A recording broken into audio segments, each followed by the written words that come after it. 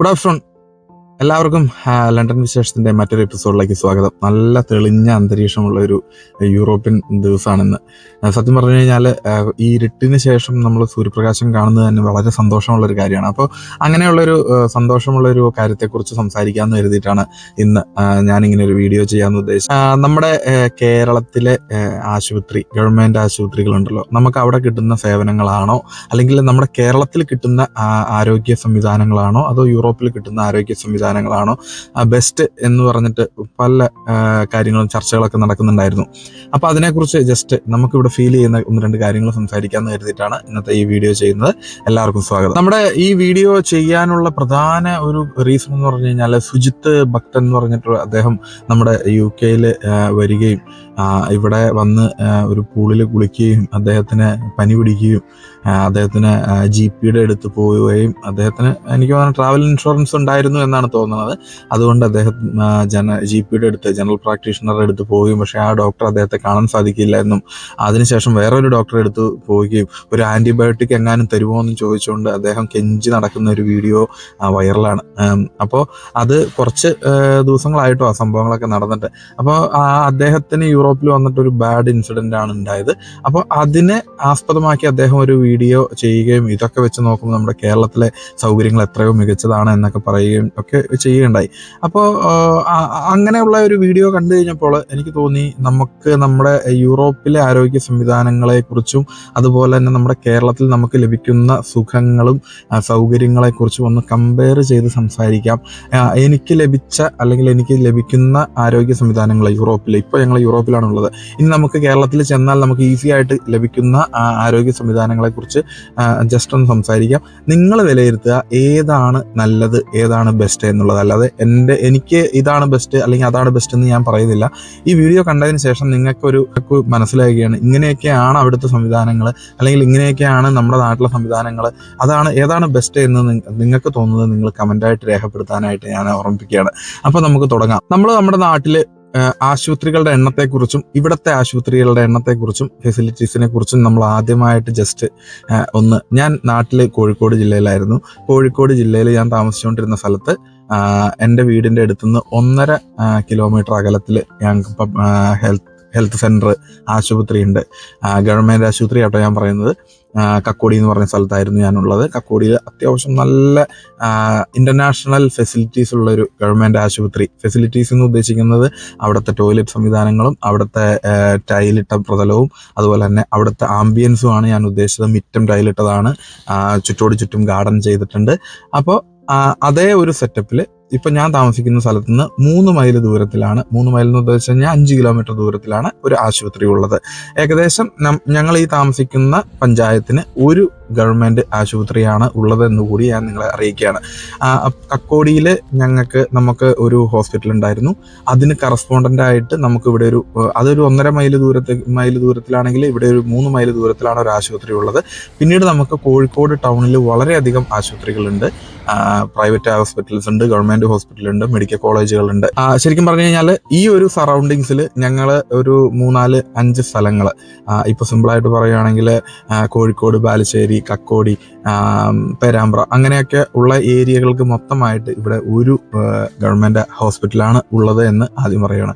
അപ്പോൾ ഇവിടെ ഉള്ള ഹോസ്പിറ്റലിൻ്റെ എണ്ണം ഒന്നാണ്. കമ്പയർഡ് ടു നമ്മുടെ കോഴിക്കോട് നോക്കുമ്പോൾ പ്രൈവറ്റ് ഹോസ്പിറ്റലുകളും ഗവൺമെൻറ് ഹോസ്പിറ്റലുകളും കുറേ എണ്ണം ഉണ്ട് എന്ന് പറയുകയാണ്. അപ്പോൾ നിങ്ങൾ വിലയിരുത്തുക ഏതാണ് ബെസ്റ്റ് എന്നുള്ളത്. രണ്ടാമത്, നമ്മളൊരു ഹോസ്പിറ്റലിലേക്ക് ചെന്ന് കഴിഞ്ഞാൽ ആദ്യം തന്നെ നമുക്ക് വേണ്ടത് ഒരു അപ്പോയിൻമെൻറ്റ് അല്ലെങ്കിൽ ഒരു ടിക്കറ്റ് എടുക്കുക, ടോക്കൺ എടുക്കുക എന്നുള്ളൊരു സംവിധാനമാണല്ലോ. അപ്പോൾ നമ്മുടെ കോഴിക്കോട് ആശുപത്രിയിലൊക്കെ നമ്മൾ നേരിട്ട് ചെന്ന് കഴിഞ്ഞ് കഴിഞ്ഞാൽ എത്ര മണിക്കൂർ നിങ്ങൾ ക്യൂ നിൽക്കണം ഒരു ടോക്കൺ എടുക്കാനായിട്ട് എന്ന് നിങ്ങൾ സ്വന്തം മനസ്സിൽ ആലോചിക്കുക. ഏത് ഡോക്ടറെ കാണാനാണെങ്കിലും നമ്മളൊരു ടോക്കൺ എടുക്കണമല്ലോ. ആ ടോക്കൺ എടുക്കാൻ വേണ്ടിയിട്ട് എടുക്കുന്ന സമയം എത്രയാണെന്ന് നിങ്ങളൊന്ന് ചിന്തിക്കുക. ഇവിടെ നമ്മൾ വരുന്നു കഴിഞ്ഞാൽ നമ്മൾ ED അല്ലെങ്കിൽ A&E, ആക്സിഡൻ്റ് ആൻഡ് എമർജൻസി എന്ന് പറഞ്ഞ ഡിപ്പാർട്ട്മെൻറ്റിലോട്ടായിരിക്കും നമ്മൾ എന്തെങ്കിലും രോഗമായിട്ട് വരിക. അല്ലെങ്കിൽ നമുക്ക് വേണ്ടത് ജനറൽ പ്രാക്ടീഷണർ GP എന്ന് പറഞ്ഞിട്ട് നമുക്കൊരു പനി ചുമയൊക്കെ ആണെങ്കിൽ നമ്മുടെ വീടിൻ്റെ അടുത്ത് തന്നെ ഹെൽത്ത് സെൻ്ററുകളുണ്ട്. ഹെൽത്ത് സെൻ്ററുകളുടെ എണ്ണം നമ്മുടെ ഏരിയയിൽ ചിലപ്പോൾ ഓരോ വാർഡുകളിലും ഓരോ ഹെൽത്ത് സെൻ്റർ എന്നുള്ള രീതിയിൽ ഹെൽത്ത് സെൻ്ററിൽ ഇരിക്കുന്ന ഏതെങ്കിലും ഒരു കുഞ്ഞു ഡോക്ടറെയോ അല്ലെങ്കിൽ ഒരു സ്റ്റുഡൻറ്റ് ഡോക്ടറെയോ കണ്ടതിന് ശേഷം അല്ലെങ്കിൽ ഒരു നേഴ്സ് ഇൻചാർജിനെയോ കണ്ട് നമ്മുടെ അവസ്ഥകൾ പറഞ്ഞതിന് ശേഷമായിരിക്കും നമ്മൾ വലിയ ഹോസ്പിറ്റലിലേക്ക് റെഫർ ചെയ്യുക.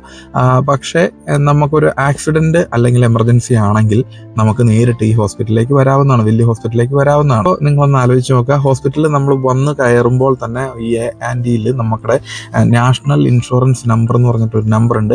ജസ്റ്റ് ആ നമ്പർ നമ്മൾ പറഞ്ഞു കൊടുക്കുന്നു, അതുപോലെ തന്നെ നമ്മുടെ ഡേറ്റ് ഓഫ് ബർത്തും പറഞ്ഞു കൊടുത്തു കഴിയുമ്പോൾ അവർ നമുക്കൊരു ആംബാൻഡ് ധരിപ്പിക്കും, നമുക്ക് നാട്ടിലൊരു ടോക്കൺ തരുന്ന പോലെ. അപ്പോൾ എത്ര സമയത്തിൻ്റെ ഡിലേ വരുമെന്ന് നിങ്ങൾ ആലോചിക്കുക. ഈ ടോക്കൺ കിട്ടുന്ന സംവിധാനം ഇവിടെ വളരെ ഫാസ്റ്റായിട്ട് നിങ്ങൾക്ക് ടോക്കൺ എടുക്കുന്ന സംവിധാനം നമുക്ക് പെട്ടെന്ന് ഇവിടെ നടക്കും. അതിനുശേഷം നമ്മൾ ഡോക്ടറെ കാണാൻ വേണ്ടി കാത്തിരിക്കേണ്ട സമയത്തെക്കുറിച്ച് നമുക്ക് സംസാരിക്കാം.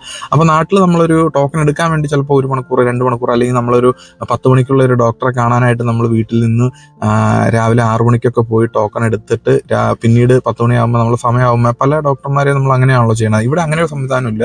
നമ്മൾ നേരിട്ട് വരുന്നു, ഈ ANയിൽ നമ്മുടെ ഡീറ്റെയിൽസ് പറഞ്ഞു കൊടുക്കുന്നു, നമുക്ക് ടോക്കൺ കിട്ടുന്നു. അപ്പോൾ ടോക്കൺ എടുക്കുക അങ്ങനെയുള്ള സംവിധാനങ്ങൾ വളരെ ക്വിക്ക്ലി നമുക്കിവിടെ നടക്കും.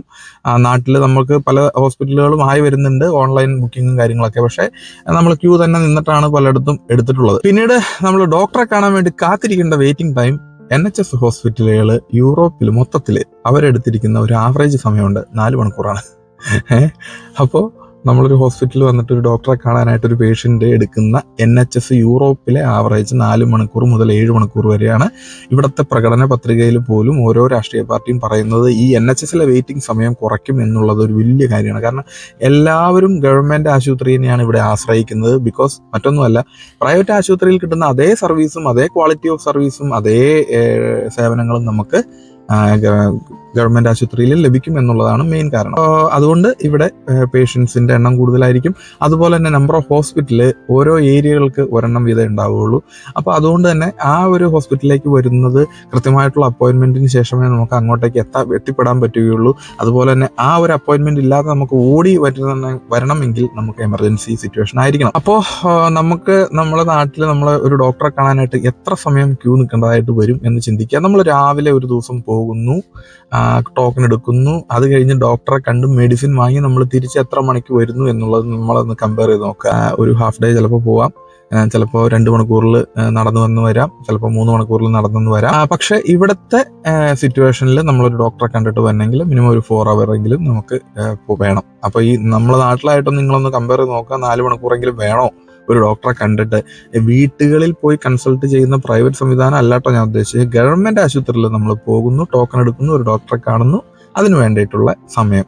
ഇനിയിപ്പോൾ നമ്മുടെ കയ്യിൽ ഒത്തിരി പൈസ ഉണ്ടെങ്കിൽ നമുക്ക് വേണമെങ്കിൽ പ്രൈവറ്റിൽ പോവാം നാട്ടിൽ. പക്ഷേ ഇവിടെ പ്രൈവറ്റായിട്ട് ഞാൻ കമ്പയർ ചെയ്യുന്നില്ല. ബിക്കോസ് ഗവൺമെൻറ് സംവിധാനങ്ങളാണ് ഇവിടുത്തെ ഏറ്റവും നല്ല സംവിധാനങ്ങൾ. നമ്മുടെ നാട്ടിലെയും ഗവൺമെൻറ് സംവിധാനങ്ങളാണ് ഏറ്റവും നല്ല സംവിധാനങ്ങൾ. അപ്പോൾ അതിനെ ഉപയോഗിക്കുന്ന രീതിയാണ് കമ്പയർ ചെയ്യുന്നത്. ഇനി നമ്മൾ ആശുപത്രിയിൽ ഡോക്ടറെ കണ്ടു, ഡോക്ടർ വന്നു, ഡയഗ്നോസ് ചെയ്തു, നിങ്ങൾക്ക് ബ്ലഡ് ടെസ്റ്റ് ചെയ്യണം, അല്ലെങ്കിൽ നിങ്ങൾക്ക് എന്തെങ്കിലും ടെസ്റ്റുകൾ ഉണ്ട് എങ്കിൽ നിങ്ങൾ എക്സ്റേ എടുക്കണം, ECG എടുക്കണം, അങ്ങനെയുള്ള ടെസ്റ്റുകളൊക്കെ ഉണ്ടെങ്കിൽ നിങ്ങൾ ഒന്നുകിൽ പ്രൈവറ്റ് ആയിട്ടുള്ളൊരു സ്ഥാപനത്തിലേക്ക് നിങ്ങൾ പോകണം, അല്ലെങ്കിൽ ഡോക്ടറെ റെഫർ ചെയ്യുന്ന മെഡിക്കൽ ഷോപ്പിലേക്ക് നമ്മൾ പോകണം, അല്ലെങ്കിൽ ഡോക്ടർ റെഫർ ചെയ്യുന്ന മെഡിക്കൽ സംവിധാനങ്ങളുള്ള സ്ഥാപനത്തിൽ പോയി നമ്മൾ ഈ പറഞ്ഞ ടെസ്റ്റുകളും റിസൾട്ടുകളും എടുത്തു കൊണ്ടുവന്നിട്ട് വീണ്ടും നമ്മൾ ഡോക്ടറെ കാണണം. നേരെ മറിച്ച് ഇവിടെ നമ്മൾ ഫീൽ ചെയ്യണത് എന്താണെന്ന് വെച്ച് കഴിഞ്ഞാൽ, നമ്മൾ ഈ ഹോസ്പിറ്റലിൽ ആംബാൻഡ് ധരിച്ചു എന്ന് പറഞ്ഞല്ലോ, നമ്മുടെ ഡീറ്റെയിൽസ് വെച്ചിട്ട് EDയിൽ വന്ന് നമ്മൾ എൻ്റർ ചെയ്യുന്ന സമയത്ത്, അതിനുശേഷം നമ്മൾ അകത്തോട്ട് കയറി പ്രവേശിച്ച് കഴിഞ്ഞാൽ പിന്നെ ഹോസ്പിറ്റലിൻ്റെ ഉത്തരവാദിത്തമാണ് നമുക്ക് എക്സ്റേ എടുക്കുന്നതും ECG എടുക്കുന്നതും, അങ്ങനെ ബ്ലഡ് ടെസ്റ്റ് ചെയ്യണം, അങ്ങനെ എന്ത് ചെയ്യണമെങ്കിലും നമ്മൾ വേറെ ഒരു സ്ഥലത്തേക്ക് പോകേണ്ടതായിട്ടില്ല. ഇൻ കേസ് നമുക്ക് അങ്ങനെ ഒരു ഹയർ റെഫറൻസ് നമ്മൾ അവിടെ നിന്ന് ഈ ഒരു ഹോസ്പിറ്റലിൽ നിന്ന് വേറൊരു സ്ഥലത്തേക്ക് വിടുവാണെങ്കിൽ അതിനുള്ള സംവിധാനങ്ങളെല്ലാം ഹോസ്പിറ്റലിൽ പ്രൊവൈഡ് ചെയ്യും. അപ്പോൾ നമ്മൾ വൺസ് ഒരു ഹോസ്പിറ്റലിലോട്ട് നമ്മൾ കയറി കഴിഞ്ഞ് കഴിഞ്ഞാൽ ബാക്കിയുള്ള എല്ലാ കാര്യങ്ങളും ഹോസ്പിറ്റലിൽ തന്നെ നമ്മളെ കൊണ്ട് നടത്തിക്കോളും. നമ്മൾ അതിന് വേണ്ടിയിട്ട് ഈ ഒരു ക്ലിനിക്കിൽ പോയി കുറച്ച് ബ്ലഡ് അവിടെ കൊടുത്തു, കുറച്ച് എക്സ്റേ ഇവിടെ പോയി എടുത്തു, അങ്ങനെ ഒരു സംവിധാനങ്ങളില്ല. ഇതിൻ്റെ അകത്ത് നമ്മൾ കയറി പറ്റി കഴിഞ്ഞ് കഴിഞ്ഞാൽ പിന്നീടുള്ള എല്ലാ കാര്യങ്ങളും അവർ നോക്കിക്കോളും.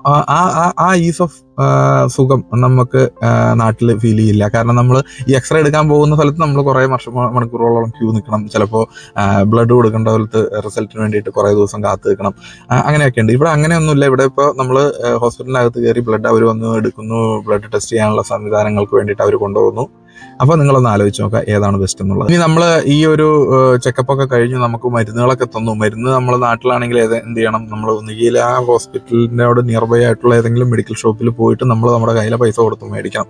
അല്ലെങ്കിൽ നമ്മൾ ആ ഗവൺമെന്റ് ഹോസ്പിറ്റലിലാണെങ്കിൽ ഉള്ള മരുന്നുകൾ നമുക്ക് ഗവൺമെന്റ് ഹോസ്പിറ്റലിൽ നിന്ന് ഫ്രീ ആയിട്ട് ലഭിക്കും. അവിടെ ഇല്ല, നിങ്ങൾ പുറത്തെ മെഡിക്കൽ ഷോപ്പിൽ നിന്ന് വാങ്ങിക്കോ എന്ന് പറയുന്ന മരുന്നിന് നമ്മൾ പൈസ കൊടുത്ത് തന്നെ മേടിക്കേണ്ടി വരും. അതിന് നമ്മൾ പുറത്തുള്ള ആ ഒരു ലോക്കലായിട്ടുള്ള ഏരിയയിലെ മെഡിക്കൽ ഷോപ്പിൽ അന്വേഷിച്ചാലേ ആ ഒരു മരുന്നുകളൊക്കെ നമുക്ക് കിട്ടുള്ളൂ. അവിടെ നമുക്ക് പൈസ ഉണ്ടെങ്കിൽ നമുക്ക് വേഗം കിട്ടും. ഇല്ലെങ്കിൽ നമ്മൾ ഈ പറഞ്ഞ പോലെ ഗവൺമെന്റ് ആശുപത്രിയിൽ വരുന്നത് വരെ കാത്തിരിക്കണം. ഇവിടെ എങ്ങനെയാണെന്ന് വെച്ച് കഴിഞ്ഞാൽ നമുക്ക് മരുന്ന് ഫാർമസിയിലോട്ട് അവർ റെഫർ ചെയ്യും. ഫാർമസിയിൽ നമ്മൾ പോയിട്ട് നമ്മുടെ പേരും ഡേറ്റ് ഓഫ് ബർത്തും അഡ്രസ്സും പറഞ്ഞു കൊടുത്തു കഴിഞ്ഞാൽ നമുക്ക് ആ ഫ്രീ ആയിട്ട് മരുന്ന് ലഭിക്കും. ഇനി ഡോക്ടർ കൺസൾട്ടിങ് ഫീസ് എന്ന് പറഞ്ഞിട്ട് ചെറിയൊരു എമൗണ്ട് അവരതിന് ഈടാക്കുന്നുണ്ട്. അപ്പോൾ കണ്ടിന്യൂസ് ആയിട്ട് നമുക്ക് എല്ലാ മാസവും കഴിക്കേണ്ട ഒരു മരുന്നാണെങ്കിൽ നമുക്ക് അതിന് അങ്ങനെ ഒരു റെഫറൻസ് ഫീസ് എല്ലാ മാസവും നൽകേണ്ടതായിട്ടില്ല. അപ്പോൾ അതൊക്കെ ഡിപ്പെൻസ് ആണ് കേട്ടോ. അപ്പോൾ നമ്മൾ പറഞ്ഞതെന്ന് വെച്ചാൽ നമുക്ക് മരുന്ന് ഫ്രീ ആണ് ലഭിക്കുന്നത്. 16 വയസ്സുള്ള കുട്ടികൾക്ക് എല്ലാ ട്രീറ്റ്മെൻറ്റും എല്ലാ മെഡിക്കൽ കാര്യങ്ങളും ഫ്രീ ആണ്. അപ്പോൾ അതൊന്ന് നമ്മൾ മനസ്സിലൊന്ന് വെച്ചോളൂ. നമ്മുടെ നാട്ടിൽ 16 വയസ്സ് വരെയുള്ള ഏതെങ്കിലും കുട്ടികൾക്ക് എല്ലാ ട്രീറ്റ്മെൻറ്റും ഫ്രീ ആയിട്ടുണ്ടോ? മെഡിക്കൽ കോളേജിലുണ്ട്. മെഡിക്കൽ കോളേജിൽ നമുക്ക് എത്രത്തോളം കാത്തു നിന്നതിന് ശേഷമാണ് ഓരോ കാര്യങ്ങളും ലഭിക്കുന്നത് എന്ന് കൂടി നമ്മളൊന്ന് കമ്പയർ ചെയ്ത് നോക്കും. ഇനിയിപ്പോൾ നമ്മൾ ഡോക്ടറെ കണ്ടു, റെക്കറിംഗ് ആയിട്ട് ഡോക്ടർ ഒരു അപ്പോയിൻമെന്റ് നമുക്ക് പറയുകയാണെങ്കിൽ നമ്മൾ വീണ്ടും എന്നാണ് നമുക്കൊരു 3 ആഴ്ചത്തെ ഇതിന് ശേഷമാണ് ഡോക്ടർ നമുക്കൊരു വിസിറ്റിംഗ് പറഞ്ഞേക്കണമെങ്കിൽ നാട്ടിൽ നമ്മൾ എന്ത് ചെയ്യണം, ഈ 3 ആഴ്ച കഴിഞ്ഞിട്ടുള്ള ദിവസം നമ്മൾ അന്ന് രാവിലെ അവിടെ ചെന്ന് വീണ്ടും ഇതുപോലെ ടോക്കൺ എടുത്ത് നമ്മൾ ക്യൂ നിന്ന് വീണ്ടും അഗൈൻ ആ ഒരു പ്രോസസ്സ് റിപ്പീറ്റ് ചെയ്യണം. അപ്പോൾ നമുക്ക് ഇവിടെ എങ്ങനെയാണെന്ന് വെച്ച് കഴിഞ്ഞാൽ നമ്മൾ 3 ആഴ്ച കഴിഞ്ഞൊരു അപ്പോയിൻമെന്റ് ഉണ്ടെങ്കിൽ ആ പോരുന്ന ദിവസം തന്നെ നമുക്ക് 3 ആഴ്ച കഴിഞ്ഞിട്ടുള്ള ഏത് സമയത്താണ് നമുക്ക് അപ്പോയിൻമെന്റ് എന്ന് അവർ നമ്മളോട് പറയും. അപ്പോൾ ഉച്ചയ്ക്ക് 12 മണി മുതൽ അല്ലെങ്കിൽ ഉച്ചയ്ക്ക് 2 മണി മുതൽ 2:15 വരെയുള്ള സമയത്താണ് നിങ്ങളുടെ അപ്പോയിൻമെന്റ് എന്ന് പറഞ്ഞു കഴിഞ്ഞാൽ നമ്മൾ ആ കൃത്യം സമയത്ത് നമ്മൾ പിന്നീട് അവിടെ വന്നാൽ മതി. അപ്പോൾ നിങ്ങൾ ആലോചിച്ച് നോക്കുക, നമുക്ക് എത്രത്തോളം ഫ്ലെക്സിബിൾ ആയിട്ട് നമുക്കൊരു അപ്പോയിൻമെന്റ് എടുക്കാനും വരാനും സാധിക്കും. നാട്ടിൽ പറ്റുന്നുണ്ടോ ഇവിടെ പറ്റുന്നുണ്ടോ എന്ന് നിങ്ങൾ ചിന്തിച്ച് നോക്കുക. ഇനി നമ്മൾ ഇങ്ങനെ ഹോസ്പിറ്റലിൽ വിസിറ്റിന് വരുന്ന സമയത്ത് നമ്മുടെ നാട്ടിലൊക്കെ ആണെങ്കിൽ നമുക്ക് car, bike, scooter, cycle, bus അങ്ങനെയുള്ള സാധനങ്ങൾ എന്ത് സംഭവങ്ങൾ നമ്മൾ എങ്ങനെയാണ് വരുന്നതെങ്കിലും നമുക്ക് നമ്മുടെ ആശുപത്രിയുടെ സൈഡിൽ എവിടെയെങ്കിലുമൊക്കെ പാർക്ക് ചെയ്യാം, എവിടെയെങ്കിലുമൊക്കെ കൊണ്ടുവന്നിടാം. നമ്മൾ പൈസ ഒന്നും കൊടുക്കേണ്ടതായിട്ടില്ല. പക്ഷേ UK നിങ്ങൾക്ക് അങ്ങനെ ഒന്നും ഫ്രീ കിട്ടില്ല. നിങ്ങളിവിടെ ഹോസ്പിറ്റലിൽ വരുവാണെങ്കിൽ അപ്പോയിൻമെന്റ് ഉണ്ടെങ്കിൽ ആ അപ്പോയിൻമെന്റ് ഉള്ള വ്യക്തിക്ക് പാർക്കിംഗ് ഫ്രീ ആയിട്ട് കിട്ടുന്ന ഹോസ്പിറ്റലുകളുണ്ട്. അതിനും ഫീസ് കൊടുക്കേണ്ടതായിട്ടുള്ള, പാർക്കിംഗ് ചാർജ് കൊടുക്കേണ്ടതായിട്ടുള്ള, കാരണം നിങ്ങൾ ആ ഒരു പർട്ടിക്കുലർ സമയത്ത് മാത്രമേ വരുന്നുള്ളൂ, പാർക്ക് ചെയ്യുന്നുള്ളൂ, പോകുന്നുള്ളൂ. അപ്പോൾ അതിനുള്ളൊരു എമൗണ്ട് നിങ്ങൾ കൊടുക്കണം. നിങ്ങൾക്ക് ഫ്രീ ആയിട്ടൊന്നും കിട്ടില്ല അങ്ങനെയുള്ള കാര്യങ്ങൾ. അപ്പോൾ അത് പാർക്കിംഗ് സംവിധാനങ്ങളൊക്കെ ആണെങ്കിൽ നമുക്ക് റോഡിന്റെ സൈഡിൽ എവിടെ കൊണ്ടുവന്നാലും ഓടി ബൈക്ക് വെച്ചിട്ട് ഡോക്ടറെ പോയി കണ്ടിട്ട് തിരിച്ചു പോവാം. അത് നമ്മുടെ നാട്ടിൽ വളരെ സൗകര്യമാണ്. നമുക്കിവിടെ അത് സാധിക്കില്ല. നിങ്ങൾ വരുന്ന സ്ഥലത്ത് പാർക്കിങ്ങിന് ഫീസ് ഉണ്ടാവും. പാർക്കിംഗ് കൃത്യമായിട്ടുള്ള സ്ലോട്ടുകളിലേ ഇടാൻ പറ്റുള്ളൂ. അപ്പോൾ അത് നമുക്കൊരു ചിലവാണ്. കമ്പയർ ചെയ്യുമ്പോൾ അവിടെ ഇവിടെ വെച്ച് നിങ്ങൾ നോക്കുമ്പോൾ ചിലപ്പോൾ നമുക്ക് ഇവിടെ ഒരു ബുദ്ധിമുട്ടായിട്ട് തോന്നും. നാട്ടിൽ നമുക്ക് കുറച്ചുകൂടെ ഈസിയാണ്. ഇനി നമ്മൾ ഇതെല്ലാം കഴിഞ്ഞു, നമുക്കിടെ സാമ്പത്തികമായിട്ടുള്ള ഇടപാടിനെ കുറിച്ചും കൂടി പറഞ്ഞേക്കാം. അതും കൂടി കമ്പയർ ചെയ്ത് കഴിഞ്ഞിട്ട് നിങ്ങൾ ചിന്തിക്കുക, ഏത് സർവീസുകളാണ് നമുക്ക് ഫ്രീ ആയിട്ട് ലഭിക്കുന്നത്, ഏതാണ് നല്ലത്, നമ്മുടെ നാടാണോ ഇവിടെയാണോ എന്ന് നമ്മൾ ചിന്തിക്കുക. നമുക്ക് നാട്ടിലാണെങ്കിൽ നമുക്ക് ഗവൺമെൻറ് ആശുപത്രിയിൽ ടോക്കൺ ഫീസ് 1 രൂപ 2 രൂപയൊക്കെ ഉള്ളൂ. ബാക്കി ട്രീറ്റ്മെൻറ്റുകളും കാര്യങ്ങളൊക്കെ നമുക്ക് ഫ്രീ ആണ്. നമ്മുടെ ഗവൺമെൻറ് ആശുപത്രി സംവിധാനങ്ങളിൽ നമുക്ക് എത്രത്തോളം താമസം ഉണ്ടാവും ഓരോ ഓപ്പറേഷനും അല്ലെങ്കിൽ ഓരോ ട്രീറ്റ്മെൻറ്റിനും ഓരോ ഡോക്ടറെ കാണുന്നതിനും എന്ന് നിങ്ങൾ തന്നെ സ്വയം ഒന്ന് ആലോചിച്ച് നോക്കുക. ഇനി നമുക്ക് അവിടെ ഫീസ് കൊടുക്കേണ്ടത് പറഞ്ഞു കേട്ടിട്ടുണ്ട്, ഞാൻ ഇന്ന് വരെ അനുഭവിച്ചിട്ടില്ല. ചില ഡോക്ടർമാരുടെയൊക്കെ വീട്ടിൽ പോയി നമ്മൾ, ഗവൺമെൻറ് ഡോക്ടർമാരുടെയൊക്കെ വീട്ടിൽ പോയി നമ്മൾ പണം നൽകിയാലാണ് ഈ ഓപ്പറേഷനൊക്കെ വേഗത്തിലാക്കാൻ സാധിക്കുകയുള്ളൂ എന്നൊക്കെ പറഞ്ഞു കേട്ടിട്ടുണ്ട്. എനിക്കറിയില്ല, ഞാൻ അവരാരെയും കുറ്റപ്പെടുത്തി സംസാരിക്കുന്നതല്ല കേട്ടോ. എന്നിരുന്നാലും അങ്ങനെയൊക്കെ കേട്ടിട്ടുണ്ട്. സത്യം എത്രത്തോളം ഉണ്ടെന്ന് എനിക്കറിയില്ല. നിങ്ങൾ ഉണ്ടെങ്കിൽ നിങ്ങൾക്ക് കമൻ്റ് ഇടാം, രേഖപ്പെടുത്താം. അപ്പോൾ അങ്ങനെ ഒരു സംവിധാനം ഉണ്ടെങ്കിലേ നമുക്കൊരു കാര്യം നീങ്ങുകയുള്ളൂ എന്നുണ്ട്. പക്ഷേ ഇവിടെ നമ്മൾ കണ്ടിരിക്കുന്ന അല്ലെങ്കിൽ ഫീൽ ചെയ്തിരിക്കുന്ന കാര്യങ്ങൾ എന്താണെന്ന് വെച്ച് കഴിഞ്ഞാൽ, നമ്മളിവിടെ വരുന്നു, നമ്മൾ റിസപ്ഷനിൽ നമ്മുടെ ഈ നമ്പർ പറഞ്ഞു കൊടുക്കുന്നു, നമുക്കൊരു ബാൻഡ് കിട്ടുന്നു, നമ്മൾ ഹോസ്പിറ്റലിൻ്റെ അകത്തോട്ട് എൻട്രി ആയി കഴിഞ്ഞാൽ പിന്നീട് അങ്ങോട്ടേക്ക് നമുക്ക് സകല കാര്യങ്ങൾക്കും ഫ്രീ ആണ്. നിങ്ങളെല്ലാവരും ചോദിക്കാം, നിങ്ങൾ വലിയ എമൗണ്ട് ഇൻഷുറൻസ് തുക അടച്ചിട്ടല്ലേ ഇതെല്ലാം ഫ്രീ കിട്ടുന്നത് എന്ന് ചോദിച്ചു കഴിഞ്ഞാൽ, അതെ, പൈസ കൊടുത്തിട്ടാണ് നമുക്ക് ഇതെല്ലാം ഫ്രീ കിട്ടുന്നത്. പക്ഷേ നമ്മുടെ നാട്ടിൽ അങ്ങനെ ഒരു സംവിധാനം ഉണ്ടെങ്കിൽ നല്ലതല്ലേ? നിങ്ങളൊന്ന് ആലോചിച്ച് നോക്കുക. കാരണം ഞാൻ പറയുന്ന കാര്യങ്ങൾ, നിങ്ങൾക്ക് ബ്ലഡ് ടെസ്റ്റ് ചെയ്യാൻ പോകണം, അതിന് നിങ്ങൾക്ക് 100 രൂപ കൊടുക്കണം. ഇവിടെ അത് കൊടുക്കണ്ട, അവരത് ചെയ്തോളും. നിങ്ങൾ ഇൻഷുറൻസ് എമൗണ്ട് അടയ്ക്കുന്നുണ്ട്. രണ്ടാമത്തെ കാര്യം, നിങ്ങൾക്കൊരു കണ്ണട പൊട്ടിപ്പോയി, നിങ്ങൾക്ക് കണ്ണട വാങ്ങണം. ആ കണ്ണടയ്ക്ക് നിങ്ങൾക്ക് പൈസ കൊടുക്കണ്ട. ഒരു ഡോക്ടറെ, കണ്ണിൻ്റെ ഒരു ഡോക്ടറെ കാണണം, പല്ലിൻ്റെ ഒരു ഡോക്ടറെ കാണണം. നാട്ടിലാണെങ്കിൽ നമ്മളൊരു ആശുപത്രി പോകുന്നു, അവിടെ പല്ല് പറിക്കുന്നതിന് ഇത്ര പൈസ കൊടുക്കണം, അല്ലെങ്കിൽ ആ പല്ല് പറിച്ച് കഴിഞ്ഞിട്ട് മരുന്നിന് ഇത്ര പൈസ കൊടുക്കണം. അതൊന്നും വേണ്ട. ഗവൺമെൻറ് ആശുപത്രിയിൽ നിങ്ങൾക്ക് എത്രത്തോളം വൈകി അല്ലെങ്കിൽ എത്രത്തോളം സമയത്തിലാണ് നിങ്ങൾ ട്രീറ്റ്മെൻറ്റ് ഫ്രീ ആയിട്ട് കിട്ടുന്നത് എന്ന് നിങ്ങൾ ചിന്തിച്ചോളുക. ഇവിടെ നമുക്ക് ഗവൺമെൻറ് ആശുപത്രി മാത്രം ഉള്ളൂ എന്ന് കരുതുക. എന്നിട്ട് നിങ്ങൾ പറയുക യൂറോപ്പാണോ മോശം, ഇന്ത്യയാണോ മോശം എന്ന് നിങ്ങളൊന്ന് ക്വസ്റ്റ്യൻ ഒന്ന് ചെയ്യുക. യൂറോപ്പിലുള്ളവർ, നാട്ടിലുള്ളവരാണെങ്കിൽ ഈ പറഞ്ഞ പോലെ ഇതൊക്കെയാണ് ഇവിടുത്തെ സംവിധാനങ്ങളെന്ന് പറയാൻ വേണ്ടിയിട്ടാണ് ഞാൻ ഈ വീഡിയോ ചെയ്തത്. പിന്നീട് നിങ്ങൾക്ക് എക്സ്റേ എടുക്കണമെങ്കിൽ പൈസ കൊടുക്കണ്ട. നിങ്ങൾക്ക് എന്ത് ചിലവ് വന്നാലും ഭക്ഷണം, താമസിക്കാനുള്ള ഇത് മീൻസ് ബെഡിൽ നിങ്ങൾ അഡ്മിറ്റ് ആയി കഴിഞ്ഞ് കഴിഞ്ഞാൽ 1 ദിവസം 2 ദിവസം 3 ദിവസം എന്ത് തന്നെയായാലും ഇതെല്ലാം നിങ്ങൾക്ക് ഫ്രീ ആണ്. ഇനി ഒരു ഉദാഹരണം പറയാം. എൻ്റെ മകൻ്റെ കൈ ഒടിഞ്ഞു, ഞാനിവിടെ ആക്സിഡൻറ്റ് വിളിച്ചു. അപ്പോൾ അവർ ചോദിച്ചു കുട്ടിക്ക് നടക്കാനുള്ള ഇതുണ്ടോ, ആംബുലൻസ് വിടില്ല എന്ന് പറഞ്ഞു. നിങ്ങൾ കാറുണ്ടെങ്കിൽ നിങ്ങൾ കാറുണ്ട് ഇവിടേക്ക് ANEയിലോട്ട് വരിക എന്ന് പറഞ്ഞു. ANEയിൽ വന്നു, നമ്മൾ ഹോസ്പിറ്റലിനകത്ത് കയറി. പിന്നീട് അങ്ങോട്ടേക്ക് എല്ലാ ചിലവും, അവൻ്റെ വസ്ത്രം അടക്കം. 1 ദിവസം നമ്മൾ അഡ്മിറ്റായി. ഇവിടുന്ന് അവന് അനസ്തേഷ്യ കൊടുക്കണം, ഡോക്ടറിന് പ്ലാസ്റ്റർ ഇടണം, അങ്ങനെ ഡോക്ടർമാർ വന്ന അനസ്തേഷ്യ ഡോക്ടർ വന്ന, അങ്ങനെ ഇതിനെല്ലാ ചിലവുകളും നമുക്ക് 1 രൂപ പോലും ചിലവില്ല. പിന്നീട് അങ്ങോട്ട് നമ്മൾ വീട്ടിൽ ഡിസ്ചാർജ് ആയി പോകുന്നത് എന്നുവരെ അവന് മരുന്ന് കഴിക്കണം, അന്ന് വരെയുള്ള മരുന്ന് അടക്കം ഫ്രീ ആയിട്ടാണ് നമ്മളെ വീട്ടിലേക്ക് വിടുന്നത്. അപ്പോൾ നിങ്ങളൊന്ന് ആലോചിച്ച് നോക്കാം, നമ്മുടെ നാട്ടിലാണെങ്കിൽ എത്ര രൂപ പൈസയ്ക്ക് വേണ്ടിയിട്ട് നമ്മൾ അലയണം, അല്ലെങ്കിൽ നമ്മൾ എത്ര രൂപ കടം മേടിക്കാനായിട്ട് അന്വേഷിക്കണം. ഏതൊരു വ്യക്തിക്കും ഈ ഒരു രാജ്യത്തിന്റെ ഇവരുടെ കയ്യിൽ കുറെ പൈസ ഉള്ളതുകൊണ്ട് ഇവർ ഫ്രീ ആയിട്ട് കൊടുക്കുന്നൊന്നുമല്ല. അതിലേക്ക് ഞാൻ വരാം. എങ്ങനെ ഇവർ ഇതെല്ലാം ചെയ്യുന്നു എന്നുള്ള ഒരു കാര്യം നിങ്ങൾക്കായാലും സംശയം ഉണ്ടാവും, എനിക്കായാലും സംശയം ഉണ്ടായിരുന്നു ആദ്യമൊക്കെ. അപ്പോൾ എങ്ങനെയാണെന്ന് വെച്ച് കഴിഞ്ഞാൽ, നിങ്ങളൊരു 100 രൂപയ്ക്ക് ജോലി ചെയ്യുന്നു. ജോലി ചെയ്യാൻ ആരോഗ്യമുള്ള നിങ്ങളുടെ കയ്യിലേക്ക് ഒരു 65 രൂപയോളെ തിരിച്ചു കിട്ടുകയുള്ളൂ കൂലിയായിട്ട്. ബാക്കി 35 രൂപ സർക്കാരിന്റെ പല ടൈപ്പ് ഫീസുകളായിട്ട്, ടാക്സ് ആയിട്ടും ഇൻഷുറൻസ് ആയിട്ടും പെൻഷനായിട്ടൊക്കെ ആയിട്ട് നമ്മുടെ കയ്യിൽ നിന്ന് അതങ്ങ് മേടിക്കും. അപ്പോൾ 65 രൂപയെ നമുക്ക് കിട്ടുള്ളൂ എന്ന് നമ്മൾ കരുതുക. ഈ 65 രൂപ കൊണ്ട് നമുക്ക് ഭക്ഷണം കഴിക്കാനും ജീവിക്കാനും സാധിക്കും. സമ്പാദിക്കാൻ പറ്റുമെന്ന് വെച്ച് കഴിഞ്ഞാൽ 2 പേരും ജോലി ചെയ്യുകയാണെങ്കിൽ, ഭാര്യയും ഭർത്താവും ജോലി ചെയ്യുകയാണെങ്കിൽ സമ്പാദിക്കാൻ പറ്റും. ഒരാൾ ഒറ്റയ്ക്ക് ജോലി ചെയ്യുകയാണെങ്കിൽ സമ്പാദിക്കാൻ പറ്റും. ഒരാൾ ഒറ്റയ്ക്ക്, മക്കളെ കുറിച്ചൊന്നും ചിന്തിക്കരുത് നിങ്ങൾ. മക്കൾക്കൊക്കെയുള്ള പൈസ വേറെ വകയിരുത്തുന്നുണ്ട് ഗവൺമെൻറ്. നിങ്ങളൊരു വ്യക്തി, ആ വ്യക്തിക്ക് ഈ പറഞ്ഞ 65 രൂപ, നിങ്ങൾക്ക് 100 രൂപയിൽ 65 രൂപ കൈ കിട്ടിയാൽ നിങ്ങൾക്ക് സുഖമായിട്ട് ഭക്ഷണം കഴിച്ച് ഒരാഴ്ച ജീവിക്കാനുള്ള കൂലിയാണ് ഈ രാജ്യത്ത് അവർ 1 മണിക്കൂറിന് വേണ്ടി നിശ്ചയിച്ചിട്ടുള്ളത്.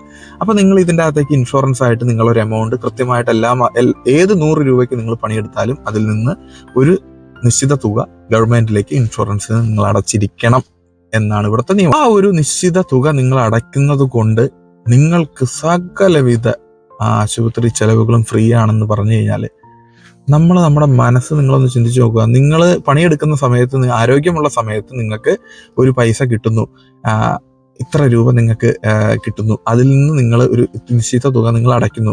നിങ്ങൾക്ക് എല്ലാ ചെലവുകളും ഫ്രീ ആണ്. ആശുപത്രി ചെലവുകൾ എന്ന് പറഞ്ഞു കഴിഞ്ഞാൽ നമ്മൾ മാനസികമായിട്ട് അത്ര ടെൻഷൻ ഫ്രീ ആയില്ലെന്നൊന്ന് ആലോചിച്ച് നോക്കുക. ഇനി നിങ്ങൾ ഈ പിടിക്കുന്ന എമൗണ്ടിൽ പെൻഷൻ എമൗണ്ട്, നിങ്ങൾക്കൊരു 68 വയസ്സ് കഴിയുമ്പോൾ നിങ്ങൾക്ക് ഒരു നിശ്ചിത തുക തോറും മാസം തോറും നിങ്ങൾക്ക് പെൻഷനും കിട്ടുന്നു, ജോലി എടുക്കാൻ വയ്യാത്ത സമയത്ത്. അപ്പോൾ നിങ്ങളൊന്ന് ആലോചിച്ച് നോക്കുക, അത് നല്ലതല്ലേ? പെൻഷനായി, ഇൻഷുറൻസ് ആയി. ഇനി സർക്കാരിന്റെ വരുമാനം എന്താണെന്ന് വെച്ച് കഴിഞ്ഞാൽ, സർക്കാർ ടാക്സ് മേടിക്കുന്നു. ഈ ടാക്സ് മേടിക്കുന്നതിൽ നിന്ന് നമുക്ക് റോഡ് നല്ലത് തരുന്നു, സർവീസസ് നല്ലത് തരുന്നു. ഇനി കുട്ടികൾക്ക്, ഈ രാജ്യത്തുള്ള പൗരന്മാരുടെ കുട്ടികൾക്ക് മാസം തോറും, ആഴ്ച തോറും ഗ്രാൻഡ് നൽകും. പഠിക്കാനുള്ള 16 വയസ്സ് വരെയുള്ള കുട്ടികൾക്ക് അവർ ഗ്രാൻഡ് നൽകുന്നുണ്ട്. അപ്പൊ കുഞ്ഞുങ്ങളെ വളർത്തുക എന്ന് പറഞ്ഞാൽ ഒരു ബുദ്ധിമുട്ടാണോ? ബുദ്ധിമുട്ടല്ല. ഇവിടുത്തെ പൗരന്മാർക്ക് ബുദ്ധിമുട്ടല്ല. ഇപ്പൊ നമ്മളെപ്പോലെ വിസയിൽ നിൽക്കുന്നവർക്ക് ബുദ്ധിമുട്ടായിട്ട് ഫീൽ ചെയ്യും. കാരണം നമുക്ക് ഗ്രാൻഡുകളൊന്നും കിട്ടുന്നില്ല, പൈസകളൊന്നും കിട്ടുന്നില്ല. അപ്പൊ നിങ്ങൾ നൽകുന്ന, നമ്മുടെ സർക്കാർ നമ്മുടെ കയ്യിൽ നിന്ന് 100 രൂപയ്ക്ക് 65 രൂപ നമ്മുടെ കയ്യിൽ തരുന്നു. ബാക്കി 35 രൂപ സർക്കാർ മേടിച്ചിട്ട് ഈ പറഞ്ഞ കാര്യങ്ങളെല്ലാം നമുക്ക് നമ്മുടെ സർക്കാർ ചെയ്ത് തരാൻ സാധിക്കും. നമുക്കെന്ന് പറഞ്ഞാൽ വൻ പോപ്പുലേഷനാണുള്ളത്. അത്രയധികം ഹ്യൂജ് എമൗണ്ട് സർക്കാരിന് വരുമാനം ഉണ്ടാക്കാം. എന്നിട്ട് നമുക്ക് ഇത്രയധികം നല്ല സേവനങ്ങൾ നമുക്ക് ഗ്യാരണ്ടീഡ് ആയിട്ട് തരാൻ സാധിക്കുമെങ്കിൽ നമ്മുടെ രാജ്യം സമ്പന്നനായി പോവും. നമ്മുടെ രാജ്യത്തും നല്ല എല്ലാ പൗരന്മാരും മാനസികമായിട്ട് സ്ട്രെസ് ഫ്രീ ആവും, ടെൻഷൻ ഇല്ലാത്ത പൗരന്മാരാവും. അപ്പോൾ അവർ കൂടുതലായിട്ട് പ്രൊഡക്റ്റീവ് ആവും, അവർക്ക് കൂടുതൽ പൈസ ഉണ്ടാവും. കാരണം നമുക്കൊരു അസുഖം വന്നു കഴിഞ്ഞാൽ നമ്മൾ കടം മേടിക്കാൻ ഓടണം, നമുക്ക് ജോലിക്ക് പോകാൻ പറ്റില്ല. ഇനി വേറൊരു കാര്യം കൂടി ഞാൻ പറയുന്നു, നിങ്ങൾ കമ്പയർ ചെയ്യുമ്പോൾ സിമ്പിളായിട്ട് അതും കൂടി കമ്പയർ ചെയ്തേക്ക്. നമുക്ക് ഹോസ്പിറ്റലിൽ കൂട്ടിരിപ്പിനായിട്ട് ആരും വേണ്ട. ഇവിടെ നിങ്ങൾ ഒരു ആശുപത്രിയിൽ ഒരു അഡ്മിഷൻ കൊണ്ട് നിങ്ങൾ പോയി, നിങ്ങൾ ആശുപത്രിയിൽ രോഗിയായിട്ട് നിങ്ങൾ അഡ്മിറ്റായി, എത്ര പ്രായമുള്ള ആയിക്കോട്ടെ, എത്ര പ്രായം കുറഞ്ഞ ആളായിക്കോട്ടെ, കുഞ്ഞു കുട്ടികളാണെങ്കിൽ നമുക്ക് അവർ കൂട്ടിരിപ്പിന് അലൗഡഡ് ആണ്. ഇൻ കേസ് അങ്ങനെ ഇല്ലാത്ത കുഞ്ഞുങ്ങളാണെങ്കിൽ അവർ ടേക്ക് കെയർ ചെയ്യും. ദാറ്റ് മീൻസ് നമുക്ക് കൂടെ ഇരിക്കാനായിട്ട് ഒരാൾ ആശുപത്രിയിൽ വേണ്ട ആവശ്യമില്ല. കാരണം നിങ്ങൾക്ക് കൃത്യമായിട്ട് സമയത്ത് ഫുഡ് കിട്ടും, കൃത്യമായ സമയത്ത് വസ്ത്രം മാറ്റാൻ തരും, കൃത്യമായിട്ടുള്ള സമയത്ത് മരുന്ന് തരും, കൃത്യമായിട്ടുള്ള സമയത്ത് നിങ്ങളുടെ കാര്യങ്ങൾ എക്സ്റേ എടുക്കാൻ കൊണ്ടുപോകാൻ, ടെസ്റ്റിന് കൊണ്ടുപോകാൻ എല്ലാത്തിനും ആളുണ്ട്. നിങ്ങളുടെ കൂടെ ഒരാൾ ആവശ്യമില്ല. ആ കൂടെ ഇരിക്കുന്ന വ്യക്തിക്ക് ജോലിക്ക് പോകാനും സമ്പത്തുണ്ടാക്കാനും ആ സമ്പത്തിൽ നിന്ന് സർക്കാർ ടാക്സ് പിടിക്കാനും സർക്കാരിന് കൃത്യമായിട്ടുള്ള മാനദണ്ഡങ്ങളുണ്ട്. അപ്പോൾ ഈ കൂടെ ഇരിക്കുന്ന ഒരു വ്യക്തി ചിലപ്പോൾ ഇപ്പം എൻ്റെ അപ്പനോ അമ്മയോ ആശുപത്രിയിൽ അഡ്മിറ്റായി, ഞാനായിരിക്കണം കൂടെ ഇരിക്കേണ്ടത്, അല്ലെങ്കിൽ എൻ്റെ ഭാര്യ ആയിരിക്കണം കൂടെ ഇരിക്കണം, അല്ലെങ്കിൽ എൻ്റെ മക്കളായിരിക്കണം കൂടെ ഇരിക്കണം. അപ്പോൾ അവരുടെ പ്രൊഡക്റ്റീവായിട്ടുള്ള അവേഴ്സ് അവിടെ നിലച്ചു പോയി കഴിഞ്ഞാൽ സർക്കാരിൻ്റെ വരുമാനം ഇല്ലാണ്ടായി എന്നാണ് ഇവിടുത്തെ ഗവൺമെൻറ് ചിന്തിക്കുന്നത്. അതിനാൽ ഒരാളെ കൂലിക്ക് വെച്ചിട്ട് അവർ ടേക്ക് കെയർ ചെയ്യും. നിങ്ങൾക്ക് നിങ്ങളുടെ ജോലിക്ക് പോകാം, നിങ്ങൾക്ക് നിങ്ങളുടെ വരുമാനം കണ്ടെത്താം. ഇത് നല്ലതാണോ ചീത്തയാണോ നിങ്ങളൊന്ന് ചിന്തിച്ച് നോക്കുക. ഇനി സുജിത്ത് ഭക്തൻ പറഞ്ഞ കാര്യത്തിലേക്ക് വരാം. അദ്ദേഹത്തിന് സംഭവിച്ചത് എന്താണെന്ന് വെച്ച് കഴിഞ്ഞാൽ, ഒരുപക്ഷെ അദ്ദേഹത്തിന് ട്രാവൽ ഇൻഷുറൻസ് ഉണ്ടായിരുന്നു കാണുമായിരിക്കും, അല്ലെങ്കിൽ ട്രാവൽ ഇൻഷുറൻസ് കാണില്ലായിരിക്കാം. അപ്പോൾ ഇവിടുത്തെ ഓരോ സംവിധാനങ്ങൾക്കും ഓരോ പോളിസീസ് ഉണ്ട്. ആ പോളിസി അനുസരിച്ച് മാത്രം ഇവിടെയുള്ള ഓരോ വ്യക്തികളും ചെയ്യാൻ പാടുള്ളൂ. അതുകൊണ്ട് സുജിത്ത് ഭക്തൻ ഒരു ട്രാവലറാണ്, പുറത്തുനിന്ന് വന്നൊരു വ്യക്തിയാണ്, അതുകൊണ്ട് ആൻറ്റിബയോട്ടിക് തരൂ എന്ന് പറഞ്ഞു കഴിഞ്ഞാൽ തരില്ല. ഇവിടെ നമുക്ക് എൻ്റെ ഒരു ഫ്രണ്ടിൻ്റെ വൈഫ് പനി കൂടി, ന്യൂമോണിയ കൂടി, നമ്മളിവിടെ ഈ A&Eയിലോട്ട് കാറിൽ കൊണ്ടുവന്നു. ആംബുലൻസ് ഉണ്ടോ എന്ന് ചോദിച്ചു കഴിഞ്ഞാൽ അവർ ചോദിച്ചു, വേണോ കാർ ഉണ്ടെങ്കിൽ കാറിൽ പോരെന്ന് പറഞ്ഞു. ഞങ്ങൾ കാറിൽ ഇവിടെ കൊണ്ടുവന്ന് അഡ്മിറ്റ് ചെയ്തു. 3-4 ദിവസം പുള്ളിക്കാരത്തി അഡ്മിഷനായി. പലവിധ ടെസ്റ്റുകൾ, മെനിഞ്ചൈറ്റീസ് എന്നൊക്കെ പറഞ്ഞിട്ട് കൂടി പോകുന്ന ഒരു സംഭവം ഉണ്ടല്ലോ, അതിൻ്റെയൊക്കെ ടെസ്റ്റുകളെല്ലാം അവർ ചെയ്തു.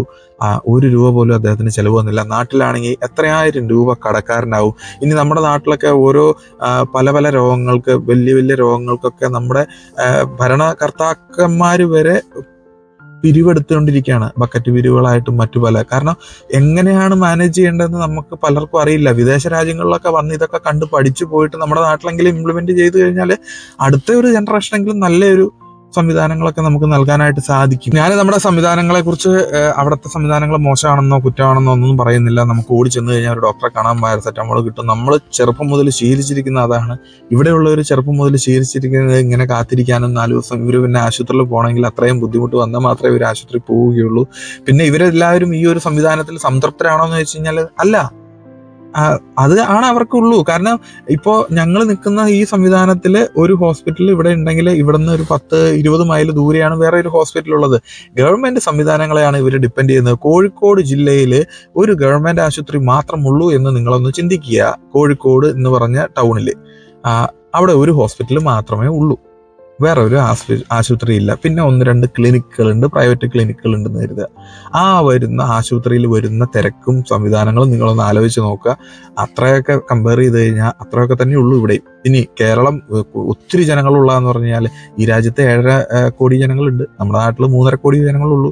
കേരളവും യൂറോപ്പുമായിട്ട് കമ്പയർ ചെയ്യാൻ പറ്റുമെന്ന് ചോദിച്ചു കഴിഞ്ഞാൽ നമ്മുടെ വിഭവ സമൃദ്ധിയിലും നമ്മുടെ ആരോഗ്യത്തിലും നമ്മുടെ വിദ്യാഭ്യാസത്തിലും നമ്മൾ ഇവരായിട്ട് കമ്പയർ ചെയ്യുമ്പോൾ ഇവരുടെ ഒപ്പം തന്നെ, അല്ലെങ്കിൽ ഇവരുടെ മുകളിലാണ് നമ്മളൊക്കെ ജീവിക്കുന്നത് വേണമെങ്കിൽ നമുക്ക് പറയാം. അപ്പോൾ നമുക്ക് കമ്പയർ ചെയ്യാനായിട്ട് സാധിക്കും ഇവരായിട്ട്. ഒരു വ്യത്യാസമില്ല. കാരണം നമ്മുടെ മാനവശേഷിയും അതുപോലെ തന്നെ നമ്മുടെ ബ്രെയിനും അതുപോലെ തന്നെ നമ്മുടെ ആരോഗ്യവും ഒക്കെ വെച്ച് നോക്കുമ്പോൾ നമുക്ക് ഇവരെക്കാളും കഴിവുണ്ട്.